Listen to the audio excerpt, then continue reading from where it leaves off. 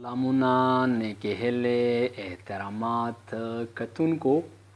آلریډي تاسو چې کوم دی تمنیل هم کتلی دی چې د ستر مطیع الله تراب باره کې دی چې مطیع الله تراب ته د نظم سمندر یعنی ولې ویلی کېږي؟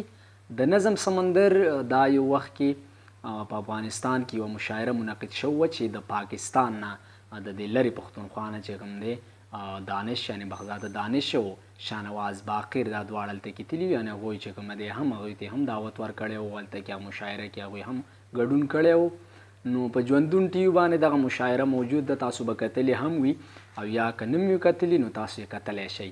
په هغه مشاعره کې چې کله د دانش صاحب نمبر رالی نو دانش صاحب مینوالو ته وویل چې نظم در سره شریکومه، خو مطیع الله تراب صاحب ناست په مشاعره کې. نو هغه وویل چې مطیع الله تراب صاحب ته یعنې مطلب د نظم سمندر وایي چې د نظم سمندر ناست دی نو د هغه په مخ کې زما نظم هېڅ نه دی.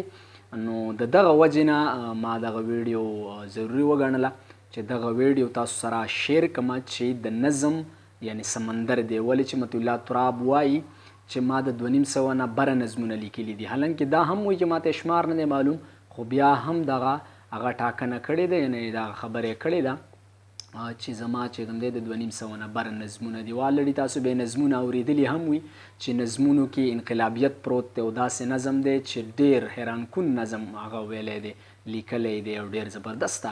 او دې نه علاوه هغه چې کوم دی داسې لیک هم نشي کولی، تعلیم یافته هم نه دی، د پیشې د لحاظ سره هغه چې کوم دی یو میکینیک دی، د غټو گاډو چې کوم انجینیر دی هغه دی.